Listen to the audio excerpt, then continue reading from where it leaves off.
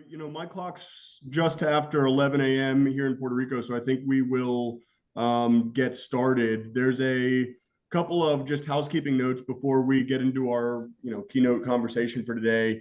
Um, on September 24th, we have our PREF Live event, and that is in coordination with National Clean Energy Week. And so, Puerto Rico Leadership in Energy Transition will feature a series of panels, expert speakers, networking happy hour at Vivo Beach Club in Carolina, Puerto Rico. Tickets are on sale. So join us for that. This is the last broad, general, open energy forum until we see each other in person on the last Tuesday in September. So we're keeping our regular schedule. Until then, we've got a power hour the second week of September and our Puerto Rico Energy in 60 Minutes the third week of September. And then we'll see each other on Tuesday, September 24th. And by we, it will be myself, Javier Velez Roth, who's our producer and editor for all of our content, and my conversation partner, Tom King. Hey, Tom. Hey Sam, good to see you. Yeah, and for I think Javier can put the link to everything in the chat so that you can, if you haven't seen it, you can see the link to the live event, National Clean Energy Week. We'll be posting at some point soon some videos from some of the sponsors and from Citizens for Responsible Energy Solutions Forum. Heather Reams, the president, very kindly did a 3-minute video talking about the National Clean Energy in a national context, and obviously welcoming folks to the satellite event that we're throwing in Puerto Rico.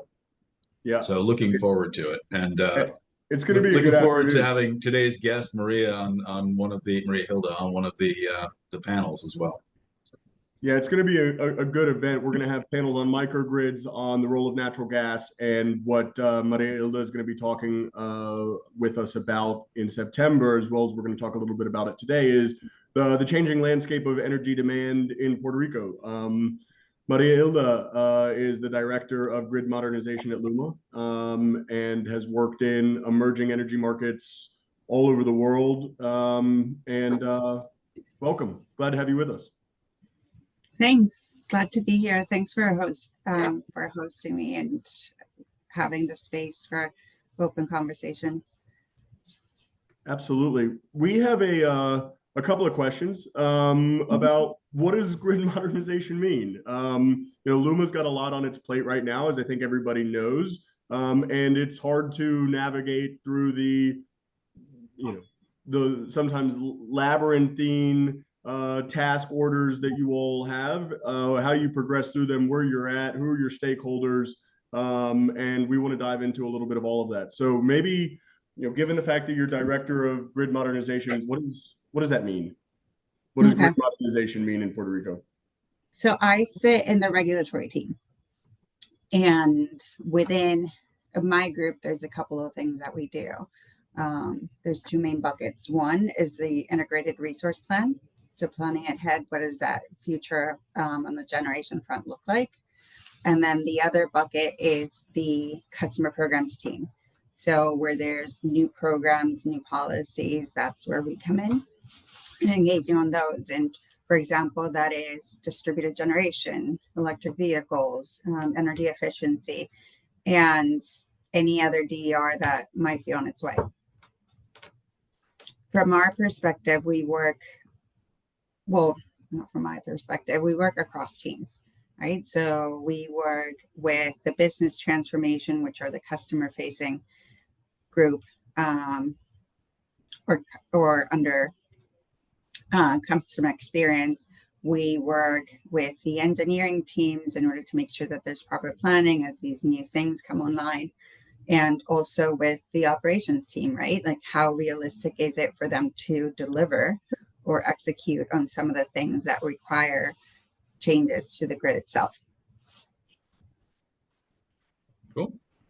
What, there's a couple of different tranches of funds that are being used at the moment to do this work. before we get into kind of a longer conversation about the regulatory journey that LUMA's on and the specific IRP process that is we're in the midst of right now, how is grid modernization being paid for?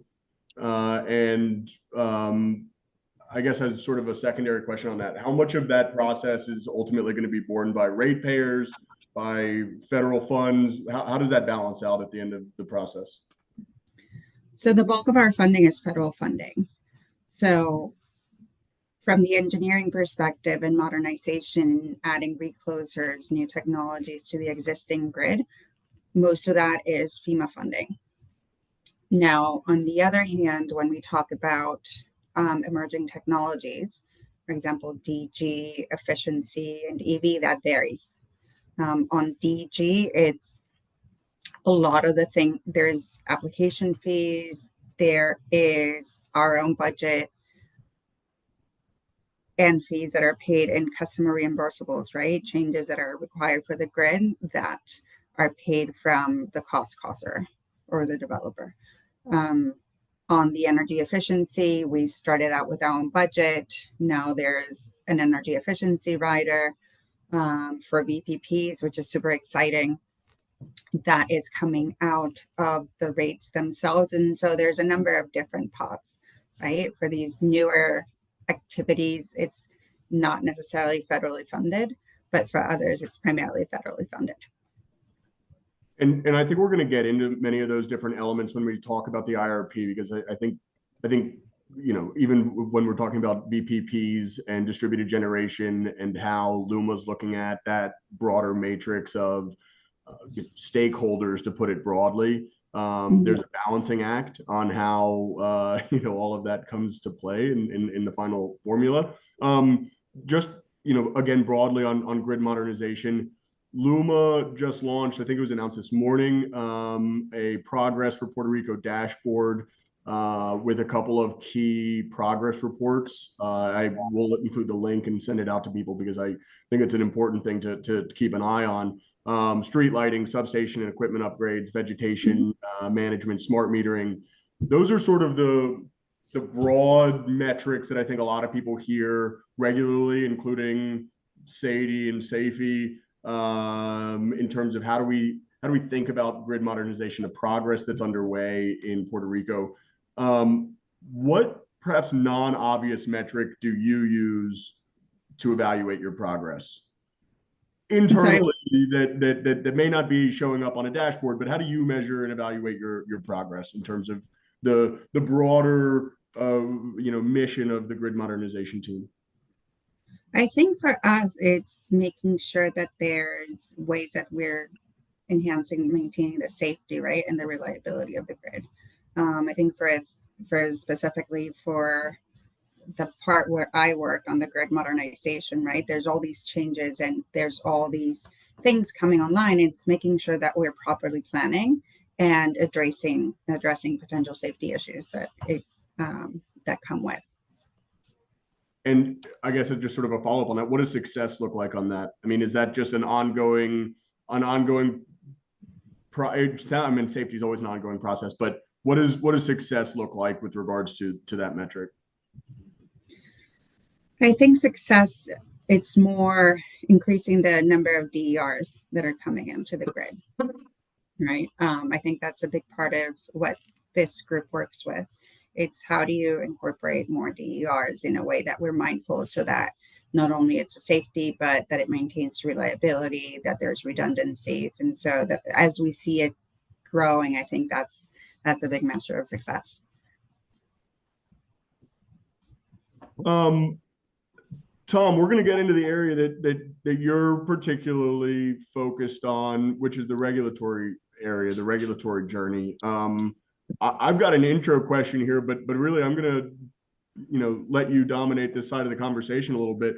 María Hilda, you've worked in emerging markets throughout Africa, expanding clean energy networks, access to electricity, grid capacity broadly, and that plus some broader criticism towards LUMA that how did you not know what the grid looked like when you came to Puerto Rico? Not you, but LUMA looked like when it came to Puerto Rico. And I reject that criticism out of hand because I think it was obvious and well aware to leadership at LUMA what the grid looked like.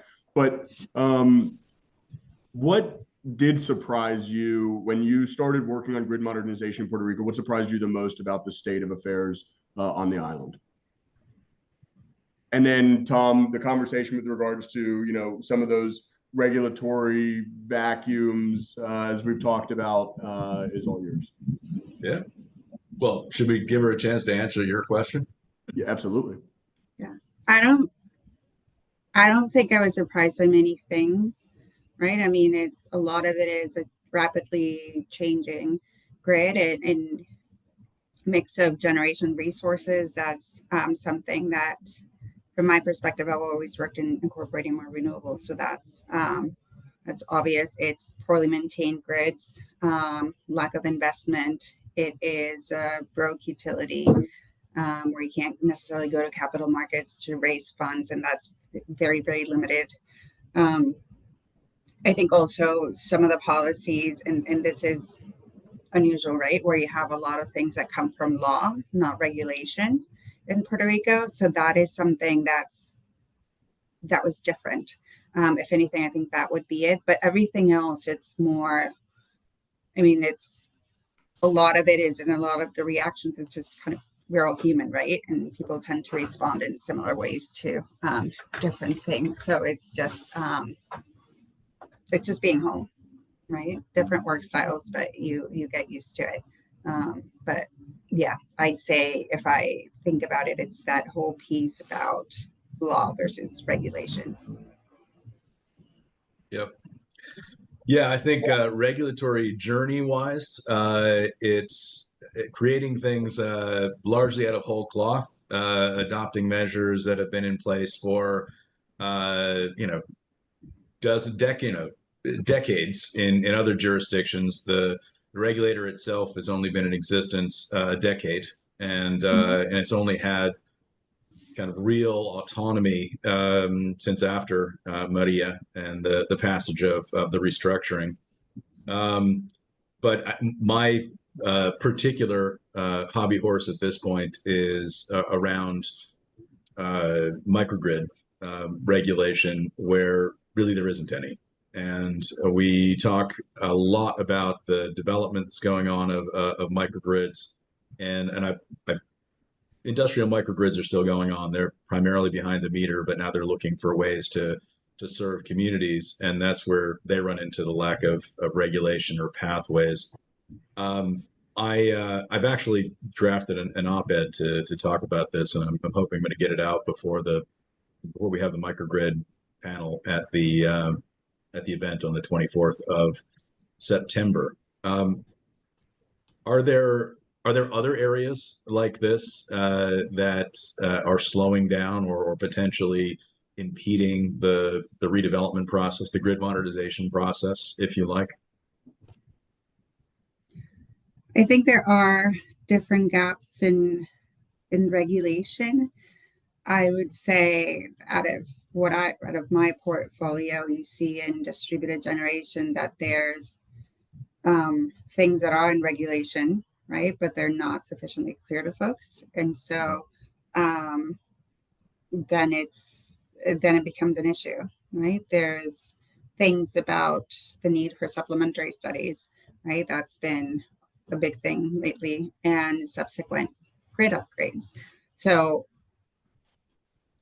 lack of customer awareness, right? This has been in regulation for years and years and years, but there's not awareness of it, right? Or it's being responded to as if this is a surprise, right? And this is something that's part of doing business in Puerto Rico, right? So I think that kind of thing becomes a challenge, right? Not that lack of clarity. We talked about other challenges in doing business. Recently, it's kind of political rhetoric and media, right? Where it's contradicting messages of we're going to cancel your contract, but you should be hiring more people. How am I going to hire someone if you're going to shut me down? What do you say to them? Our trucks get shot at, right? And we have different people coming in to work on the grid without collaborating, right? Or aligning. So it becomes beyond our ability to do business. It becomes a safety issue, right? It's really getting to the point where it's, we're in a position that we have to take care of our people, right? And we can't do business that way, where there's threats at the end of the day coming in towards us. Yeah. Is that something? There's been a number of we had a conversation with Ramon Luis Nieves about this. We had a conversation with Ángel Rivera de la Cruz about this. The importance of having an energy SAR, which seems to have been picked up by the Gonzalez campaign in the recent days, to making sure that amongst other things there is an organizing body that's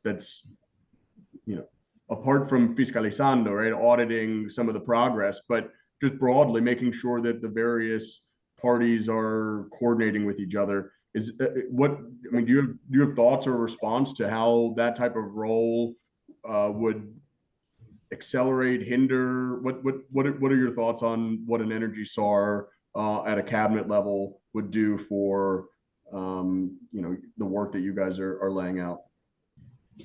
I think Puerto Rico has a state energy policy office. It has a regulator. It has PREF, which owns the assets, right? It has contractually, we work with P3 and PREF.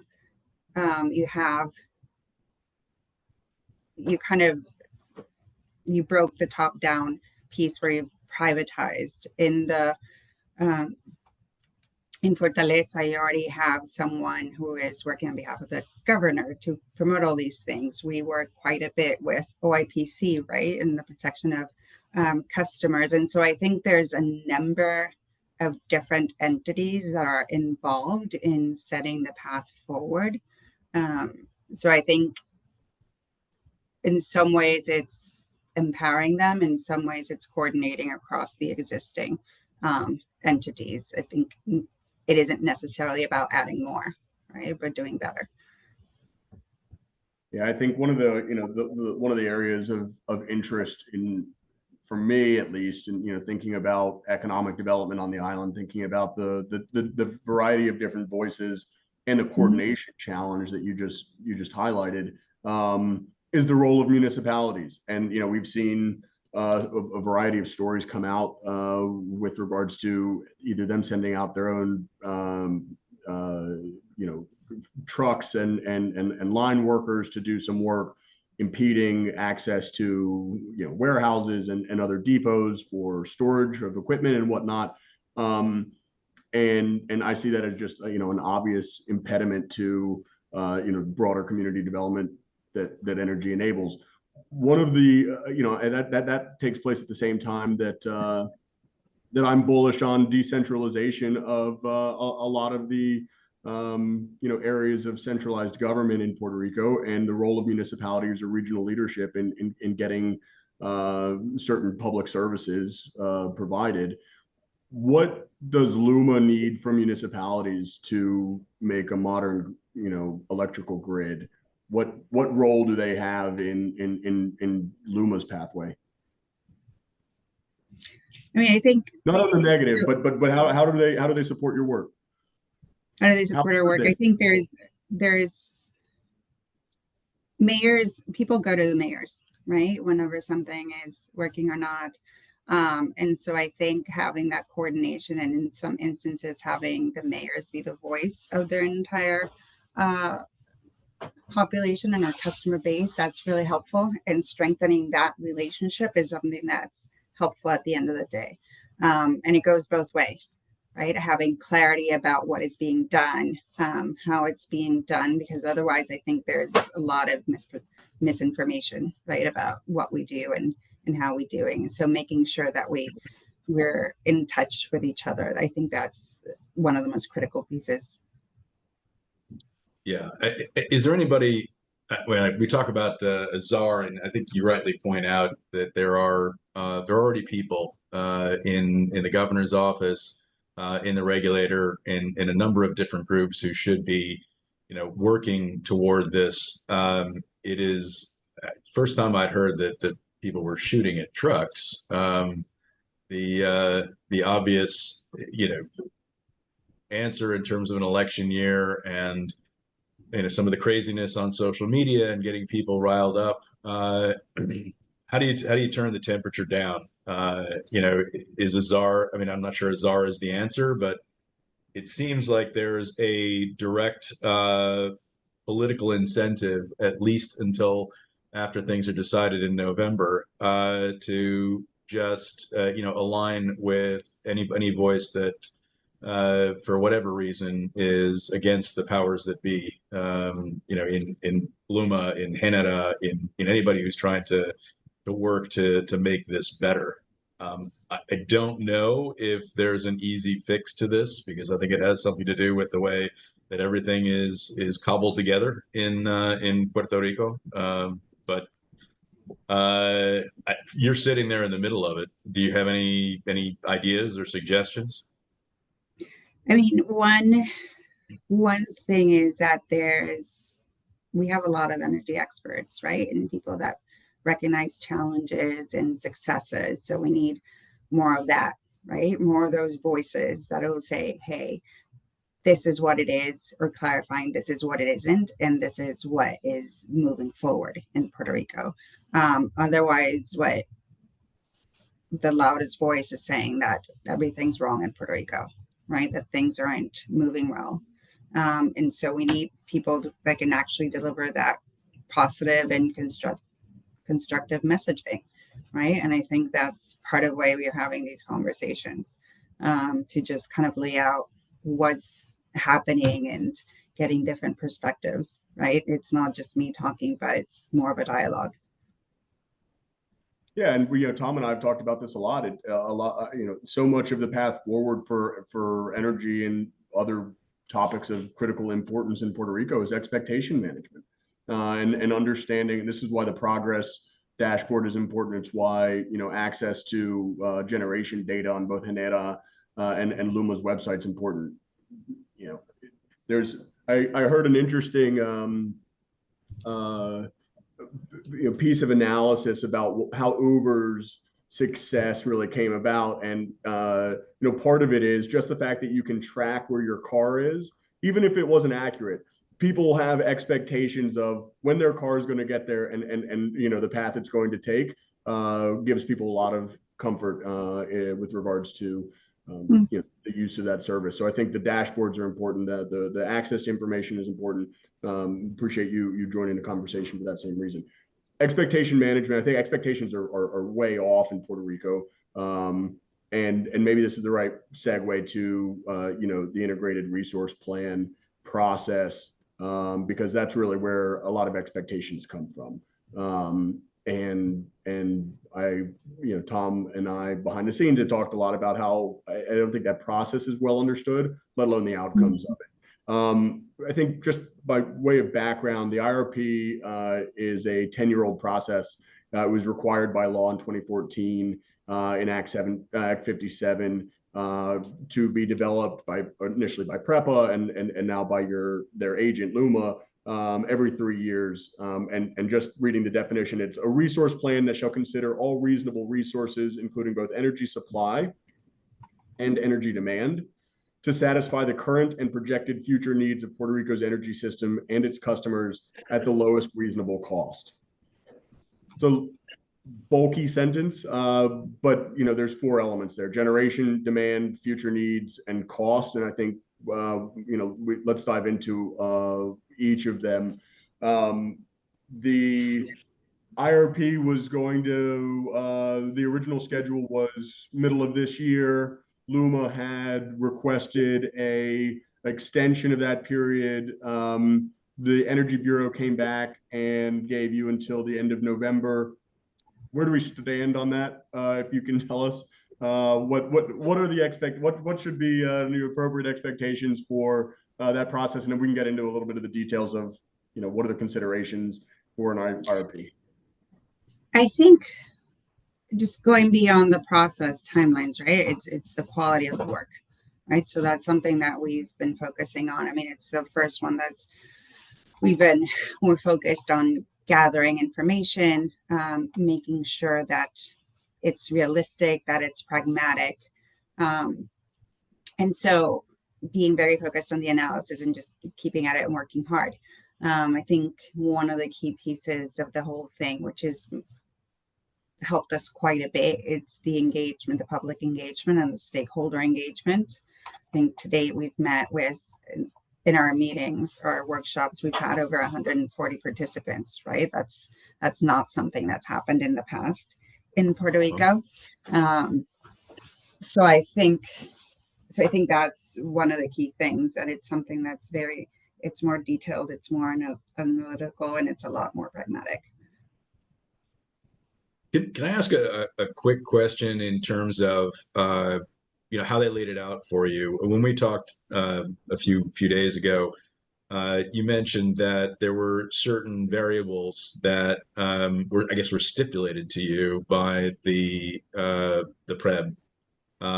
This time around. The last time this happened after the storm, it was kind of a Wild West show with multiple advisors, multiple scenarios, each affecting each other.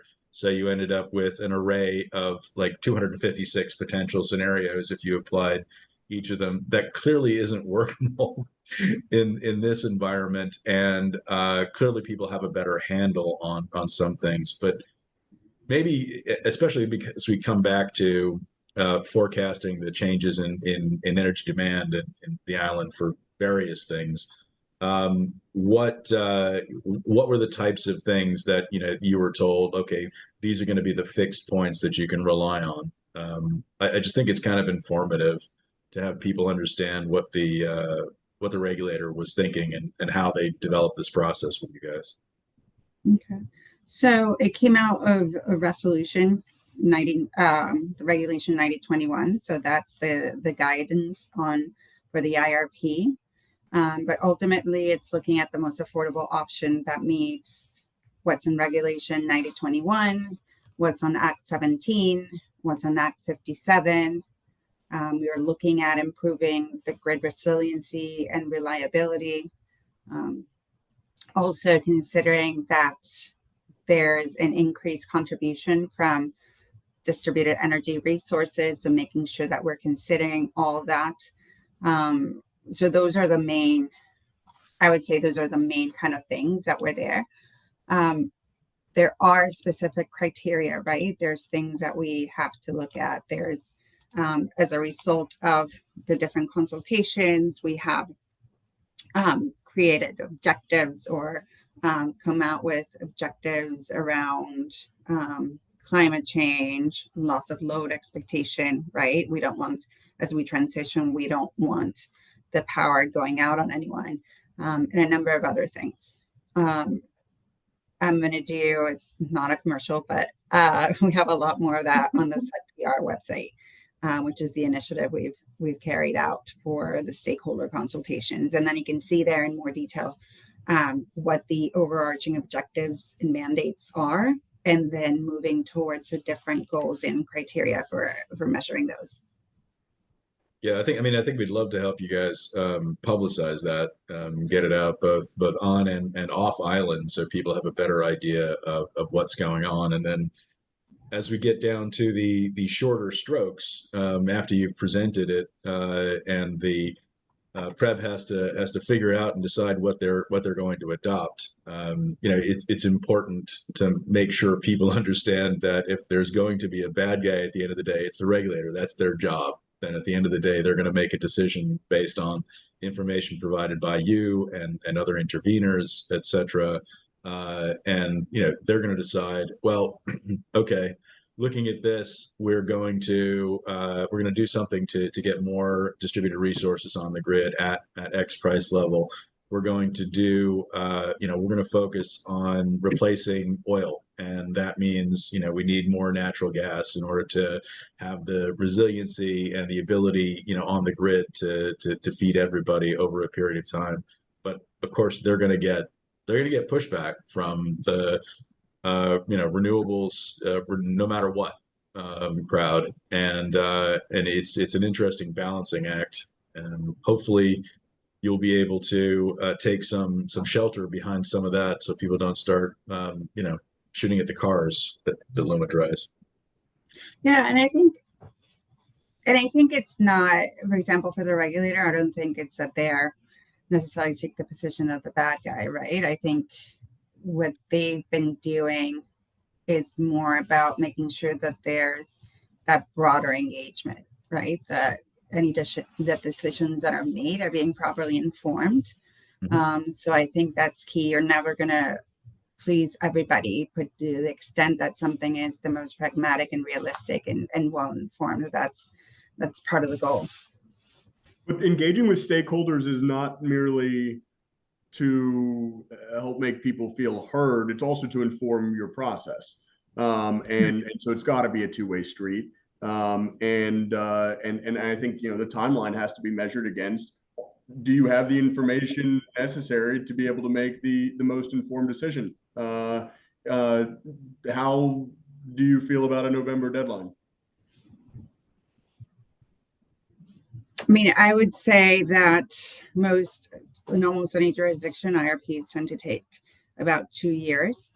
And we've been working really hard since 2022, right? Expecting for our contractor to be approved, right? Just gathering information and continuing to do as much of the studies and everything that we got. Similarly with the consultations with stakeholders. So there's a lot of that has gone in, and now we continue to work with a very unique system, and which has a number of nuances to it.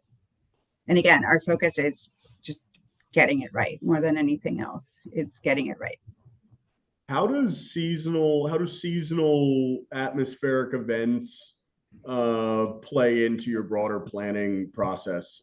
Recognizing they can force some progress already made backwards, but yet the plan has to be, from my mind, developed sort of, you know, treating them as a force majeure in the broader process.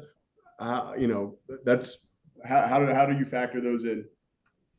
So I think the force majeure, it's making the system more resilient, right? There's different things that we're doing at the substation level, at the installing more reclosers, a number of different things that go into design and planning of the system that can help build resiliency.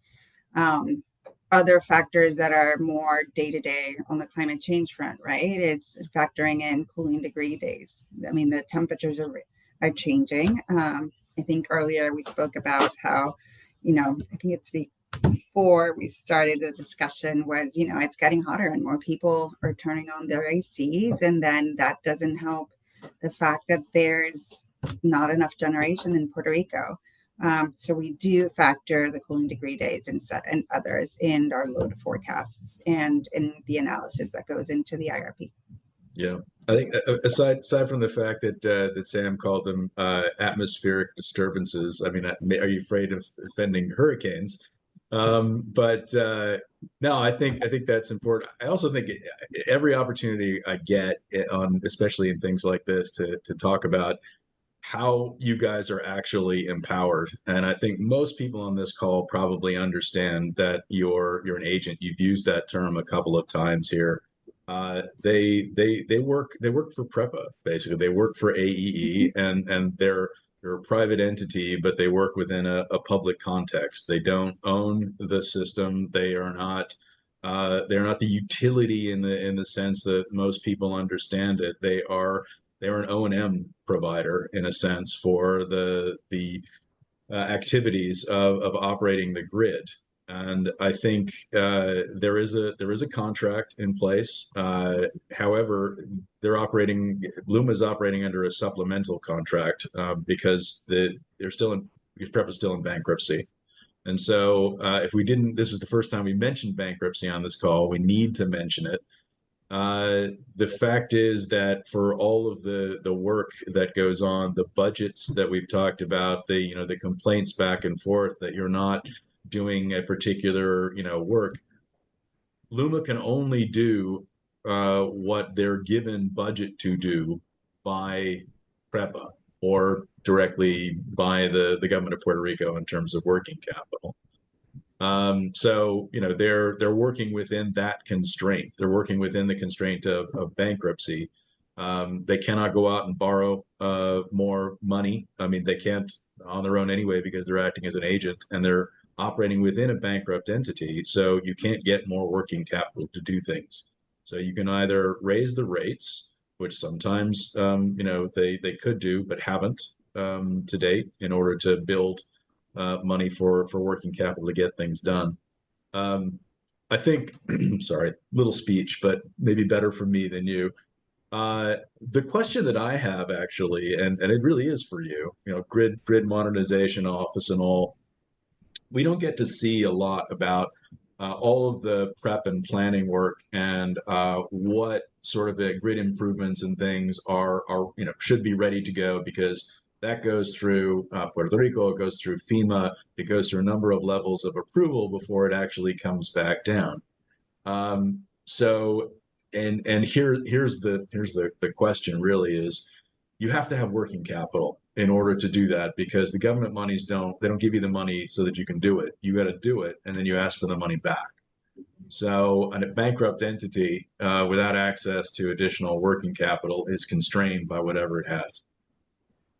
And a long way of getting around to the question is, based on the level of work that you've done in clearing or preparing for different grid improvement works, could that be sped up if you had more working capital? And how much more quickly could we do it if say working capital wasn't an issue, and that you could have $1 billion out there waiting for $1 billion to come back, or $2 billion out there waiting for $2 billion to come back? Working capital for grid investments, that would be something. But to your point about how we go through with the federal funding, right? So there's the discussions internally about planning and what's needed, what's mandated and such. How do you meet specific targets? So there's initial scopes of work that go to the PREP before we are able to go into FEMA and Core 3 to say like, hey, this is what I want to do, right? So there is a process that goes on before we have the money obligated, right? Or which is essentially being told like, hey, you can go ahead and do this with this money. In terms of going back to your question about working capital, well, that's interesting, right? Because it's PREPA money, right? So any investment that's done in the grid, they have to be in accordance with. I think what would change would be, I think you're referring to the O&M, right? Because right now there's trade-offs. You can't do everything. So if you're only given a certain amount for labor or for different things, then you can only take it so far. And there's trade-offs to it. Yeah. Yeah, I think both. I think I was referring to, I think in terms of the energy upgrades, right? Politicians, everyone love to come back and talk about the 12 billion or 20 billion, or pick your number, and how much has actually been spent. Why aren't we spending this faster? Why don't we? Now there's a number of reasons in terms of just what you talked about. We have to plan this, we have to get it approved, we have to get on the work. What you do in the IRP and what you propose in the IRP actually feeds back into that. What grid improvements are planned, what can we assume that we can do, how much money are we going to have to be able to do that?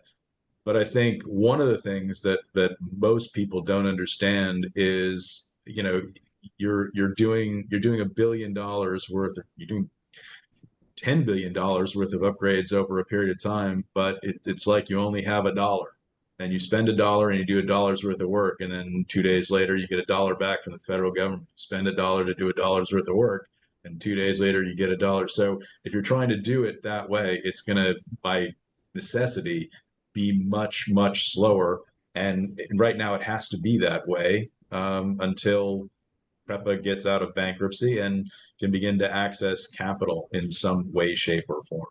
So, Yeah, I and don't on that know. note, Yeah. there's one question I have specifically about, and maybe it's working capital is the easiest answer here, but curious to hear your thoughts on the just released dashboard. There seems to be a disparity between regular routine vegetation management and broader clearing, vegetation clearing, from a security and safety standpoint. 98% completed for the yearly goals on the first metric and 1% completed on the second one.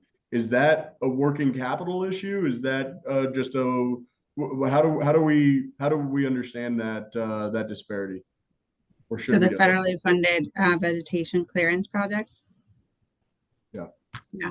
And I think we can't do everything in a day, right? Rome wasn't built in a day. And we work in infrastructure, right? We know these are things that take years and years. This isn't something that overnight you get to accomplish. And so it's moving as fast as possible to do as much as possible. I don't think it's just something that takes time. That's nature of the beast in the sector that we work in. So I want to get into the 4 areas of the IRP as laid out by its definition, and hear some of the feedback you guys have gotten from stakeholders and where you're thinking about these different areas. Starting with energy demand, there's a variety of measures in place. Energy efficiency, LUMA has done an excellent job, I think, with regards to helping people understand their bill. A recent energy efficiency program has been in place. There are weatherization programs through the Department of Economic Development to improve appliances and whatnot. There's an out-migration challenge from a population standpoint. There's processes of automation, increased computing power, vehicle electrification, distributed solar, which and storage, as Tom and I have talked about, when people have access perhaps to more distributed energy on site, their demand goes up. Where do all the chips fall? How do all these balance out with regards to demand projections? Magic 8 ball. Yes, please. No, but Or seriously. consultant's brief. Yeah, right.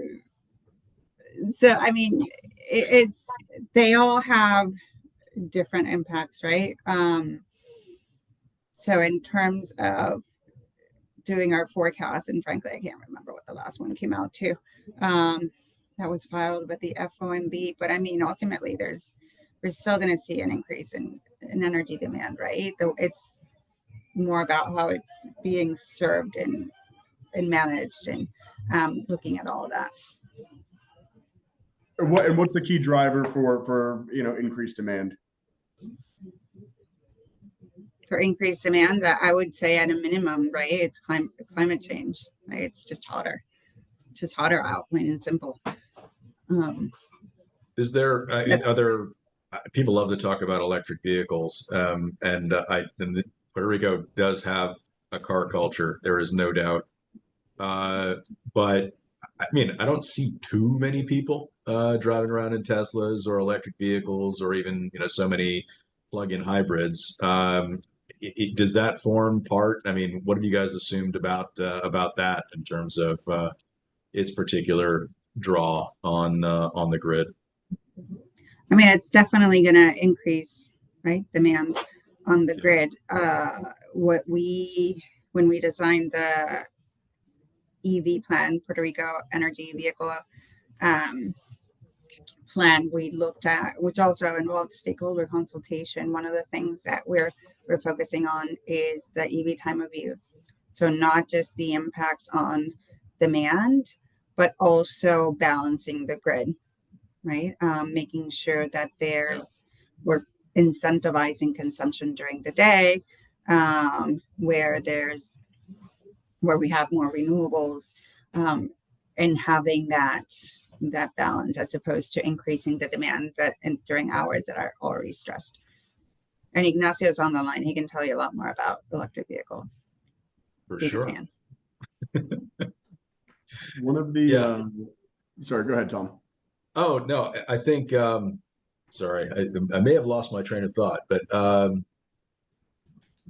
vehicles, etc. No, go ahead. Go ahead. I forgot what I was going to say. So, my thought process goes from demand to how do we meet it? And there's a couple of processes right now. Of course, you're familiar with the 6 tranche process to procure 3+ gigawatts of renewable energy through private and independent producers. We are making our way through the first one and are behind schedule, but the people who are developing those projects seem to remain optimistic per our conversations. Where does the generation come from for the increased demand? On thinking again, this is not on the long horizon of the rebuild of the grid. The IRP is for a 3-year process. Where does it come from in the next 3 years? Within the next 3 years, I think there's a lot of what's already in, right? I mean, we'll see increase in renewables, but again, they're not going to all come online within the next 12 months. And so that makes it more difficult to transition away from others. But to the extent that you can accelerate, right, the deployment of renewables, and that helps you shift towards a cleaner portfolio. And you're saying renewables, but as of right now, that technology in Puerto Rico is solar. What is the generation balance between distributed versus utility scale from an IRP planning process? What's the right balance, or suggested range of balances there? I mean, right now it's looking at what's coming, right? Based on where we are, there's specific policies, right? And this is where we expect to get. One of the things, and for the IRP, this is something that I think about more. It's not about, ultimately, it's about what's the least cost. There's all sorts of ways that you can transition, but ultimately it's which one brings about more security and accessibility to customers. So, Yeah. Oh, sorry. Did you have a follow-up there on something? Yeah, it makes me think about now changing the time horizon to decades out, but still managing cost and managing with a sustainable utility economic model in mind. How diversified and competitive should the generation market be? What's the right point there? Is it all 6 tranches should have 6 different IPPs for each different one of them? Is that too many? Is that the right balance? Should we repeat? Should we have major generation producers consolidated? What's the balance between very distributed versus not so distributed generation partners? Is your answer, I don't know? I can tell you what I've heard in terms of based on our stakeholder consultations for the IRP, right? And there's interest in getting generation closer to the load centers. So that's one thing that we've looked at as well, right? Looking at the 8 transmission planning areas. So that's what I've heard, right? It's in terms of the interest, but what comes out to be the right balance, that's not something that I can foresee. Right. Plus, you can't you can fix what you think the demand is going to be. Populations moves decline, but it's much harder beyond sort of 5 years to predict what's the technology, right? I mean, is if there's something else come along that suddenly becomes very much cheaper. It's unlikely, possible, but there are micro shifts that can change things in that period of time as well. I think that I yeah, think go ahead. one key thing for Puerto Rico, right, it's realizing that for the generation front, it's looking at private investment, Yeah, right? It's attracting capital, and with LUMA is what I see LUMA's main role. It's like making sure that there is a reliable grid, right? That the system works. Please come and make investments in in energy, in clean energy, because we are able to integrate it. Because the system is becoming more stable. And so I think that's a big part of our role, right? It's interconnecting and making sure that we can safely and interconnect with folks. And so hoping that that private investment comes in. yep. And a lot of that is going into distributed and smaller systems. That's where the pathway is now. You were excited earlier about things going on the VPP front, which I love as well. I mean, if you think about it, we're heading up toward a gigawatt of installed or approved anyway. Maybe some of it's still yet to be installed interconnection on a distributed basis, and almost 890. all of it. Yeah, it's 890 now, right? And it's ticking up by a significant amount every month. So Yes. I love it's a success story. It's one that Ignacio likes to talk about every time we get on. So we love that. They all have batteries. Virtually all have batteries. I don't know how many of them are connected up in VPPs, but quite a number of those systems, I imagine, are closer to load centers. I mean, there's many that are not, but there's probably a pretty good concentration in the San Juan area across the North Coast, where, let's be honest, businesses exist and people, first movers, wealthier folks, middle class folks, have been able to get access to financing, etc. Is there a plan to tap more of that, because that is close to the load center and it's kind of within that uh, transit transmission node, if you like, closer to some of the load centers. The more you have, the more you can access power that's stored in multiple batteries. The more you can balance and manage the demand. It's not as simple as and I think most people on this call know it from an engineering point of view, from a physics point of view. You can't just release a bunch of energy. It's more about toning down demands on certain nodes. So you're not feeding power from the center out to the boonies. Sorry. Or back again. It's more about managing the demand within certain nodes within the grid. Can we look forward to more of that, right? Yeah. And essentially we're at a pilot stage, right? Yeah. Where we were asked to roll up to 6,500. The PREF said go ahead and you can enroll more people, so that as we continue moving forward with that, some of it is testing, right? Essentially seeing how does the grid respond? How do the customers respond? We work through aggregators. So what we do is make a call to the aggregator, and then they move forward with providing electricity. So there's, to the extent that at which nodes power is being injected, that's not something that we necessarily control, right? It is closer to specific. Look, I mean, yes, it's site specific. Some places will have more systems and batteries than others, but we are not the ones that determine at which point that's coming from. Right. And this is at least not necessarily. But there is a lot of interest. We do see it growing, and it's something that's exciting, and we're looking forward to it.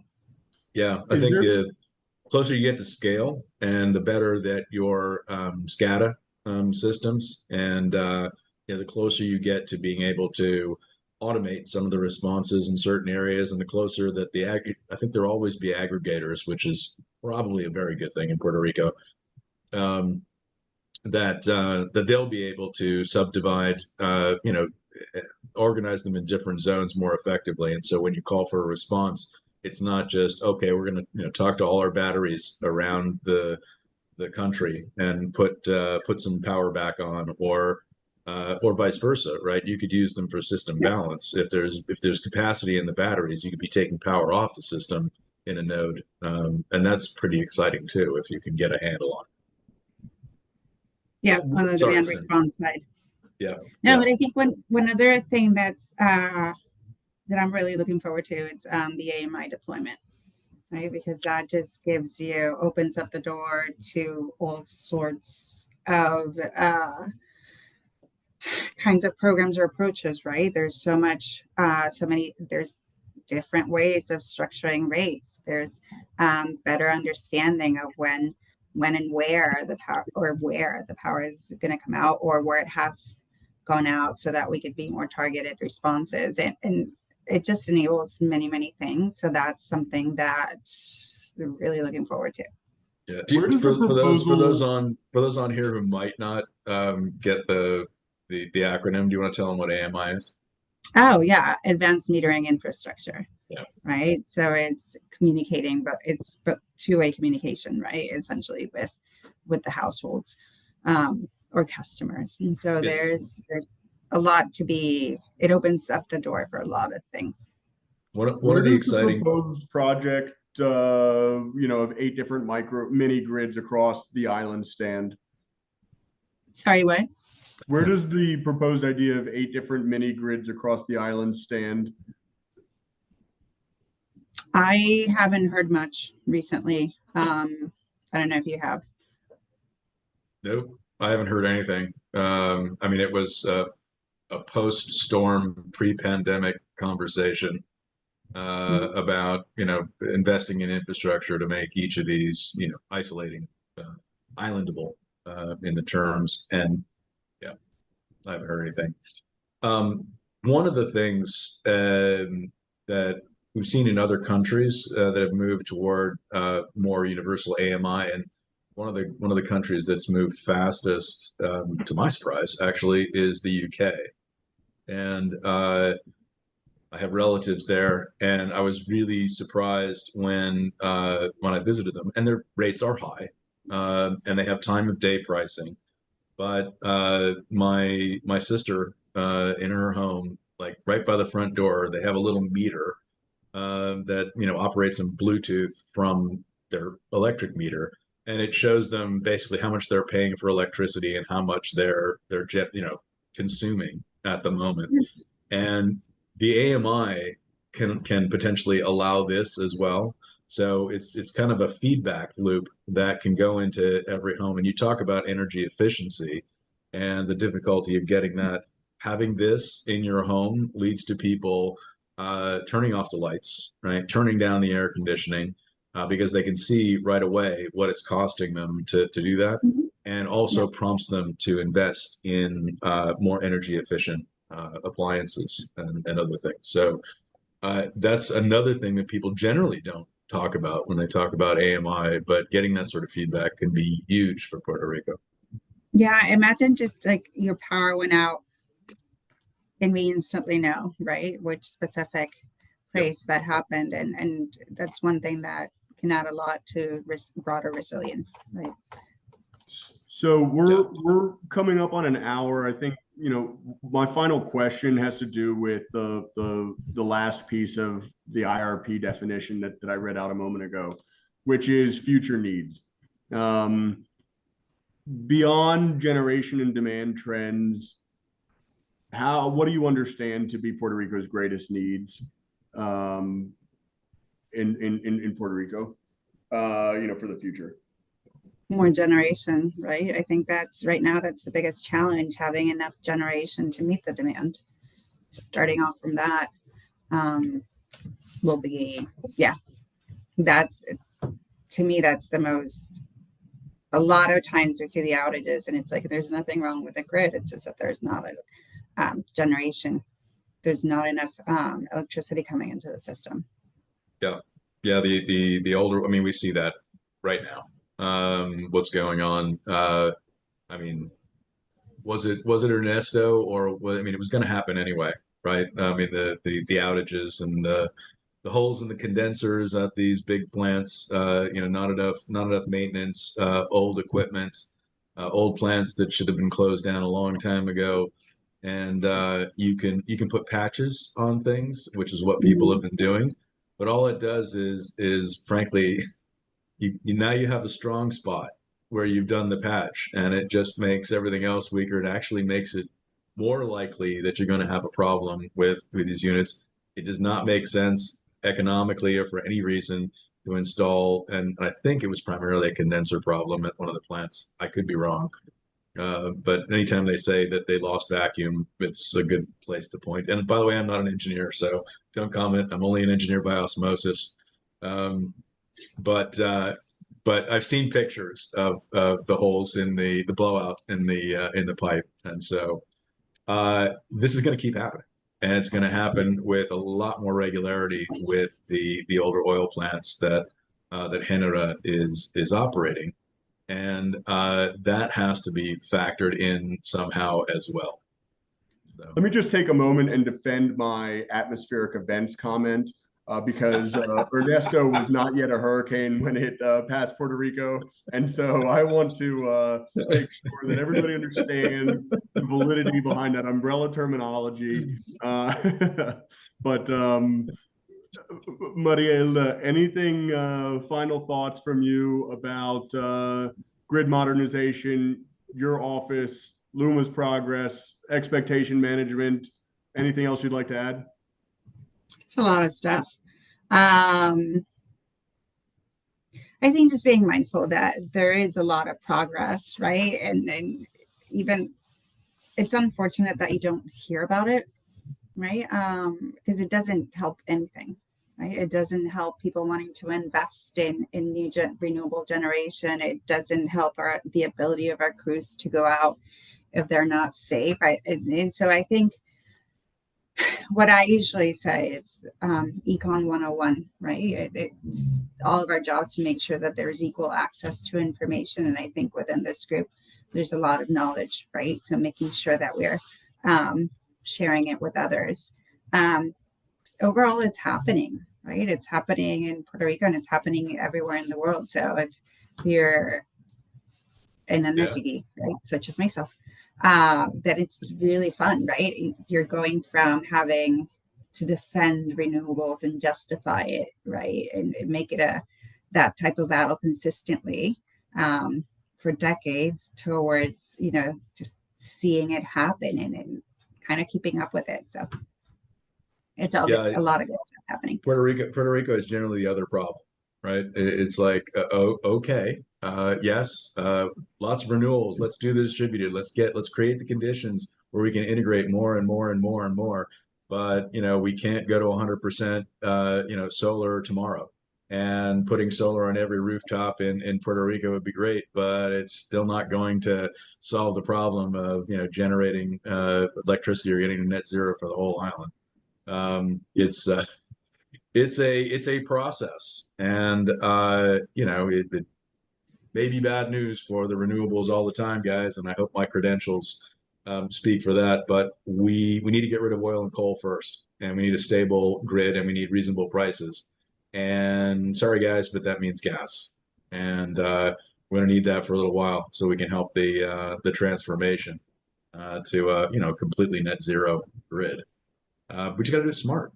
I want to point out, you said a lot of smart people on the call, Maria Hilda. Someone I don't know, but Darius Roberts has a couple of comments in. I'm not familiar with Mission Data IO, but he was basically saying that they would love to work on some of the AMI stuff. Apparently, that's something they do. He's got a link in there. I just wanted to bring it to your attention. Maybe it's something that you can have a look at, and if there's something to do, let's chat. Sorry, I can't find the chat all of a sudden. Yeah, you have to go to the three little dots and say more at the bottom, and then you get a menu, and then it says chat. or you can hit Alt H. I think that, María Hilda, on that point, we'll be sharing the different progress updates and dashboards that LUMA puts together. We have an upcoming conversation with, folks from Genera. Obviously, we'll hear more from you at our September event. But I will second your recommendation that people follow what's going on and keep tabs. This is it's really happening, I think, is a good tagline for the work that you guys do. And we appreciate you being a part of the Puerto Rico Energy Forum. Yeah, it's happening and it's a good thing, just it's more positive than negative at the end of the day. I think that's a good note to end on. We will see everybody, the members of the Energy Forum, at our Power Hour on September 12th. And then we have our Puerto Rico Energy in 60 Minutes on September 19th, before our big live event at Vivo Beach Club for National Clean Energy Week on September 24th. You'll all receive links to all of that. We look forward to you joining us. And again, thank you for being a part of the Puerto Rico Energy Forum, María Hilda. Yeah, thank you very much. Thanks so much, guys. Have a great day. You too. Great dialogue, Maria. Thank you. Thank you. Bye. Ciao, everyone.